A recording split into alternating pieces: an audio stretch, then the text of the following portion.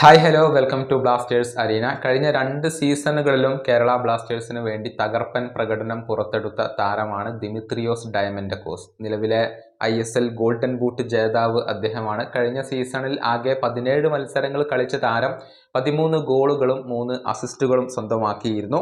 ഇനിയിപ്പോൾ അതിന് മുൻപത്തെ സീസണിൽ 10 ഗോളുകളും 3 അസിസ്റ്റുകളുമായിരുന്നു അദ്ദേഹം സ്വന്തമാക്കിയിരുന്നത്. എന്നാൽ പിന്നീട് കേരള ബ്ലാസ്റ്റേഴ്സിനകത്ത് തുടരാൻ അദ്ദേഹം തയ്യാറായിരുന്നില്ല.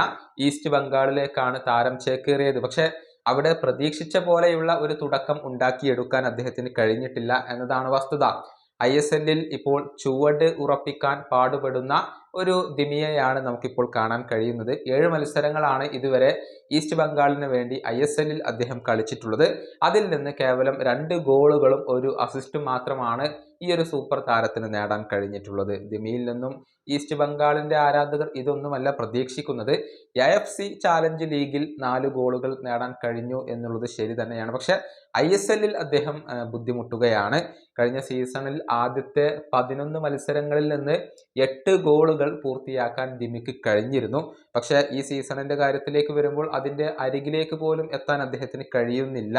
അദ്ദേഹം 2 ഗോളുകൾ മാത്രമാണ് ഇതുവരെ ISLൽ നേടിയിട്ടുള്ളത്. വലിയ ഒരു സാലറി നൽകിക്കൊണ്ടായിരുന്നു ഈസ്റ്റ് ബംഗാൾ അദ്ദേഹത്തെ സ്വന്തമാക്കിയിരുന്നത്. പക്ഷേ അതിനോട് നീതി പുലർത്താൻ താരത്തിന് ഇപ്പോൾ സാധിക്കുന്നില്ല.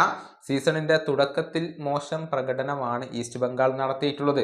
അത് ദിമിയെ കൂടി ബാധിച്ചിട്ടുണ്ട്. കൂടാതെ പരിക്കുകളും അദ്ദേഹത്തിന് പലപ്പോഴും തടസ്സമായിക്കൊണ്ട് നിലകൊള്ളുന്നുണ്ട്. എന്നാൽ ഈസ്റ്റ് ബംഗാൾ ഇപ്പോൾ ട്രാക്കിലായി വരുന്നുണ്ട്. അവസാനമായി കളിച്ച 4 മത്സരങ്ങളിൽ 3ലും വിജയിക്കാൻ അവർക്ക് കഴിഞ്ഞിട്ടുണ്ട് എന്നുള്ളതാണ്. അതുകൊണ്ട് തന്നെ ആരാധകരുടെ പ്രതീക്ഷകൾ ഇപ്പോൾ വർദ്ധിച്ചിട്ടുണ്ട്. ടീമിൻ്റെ പ്രകടനം മെച്ചപ്പെടുന്നതിനോടൊപ്പം തന്നെ ദിമി കൂടി ഫോമിലേക്ക് ഉയർന്നു കഴിഞ്ഞാൽ അത് തീർച്ചയായും ഈസ്റ്റ് ബംഗാളിന് കൂടുതൽ മുതൽ കൂട്ടാവുന്ന ഒരു കാര്യമായിരിക്കും. ഈ വീഡിയോയുടെ അവസാനിപ്പിക്കുന്നു. അടുത്ത വീഡിയോയുമായി വീണ്ടും കാണാം.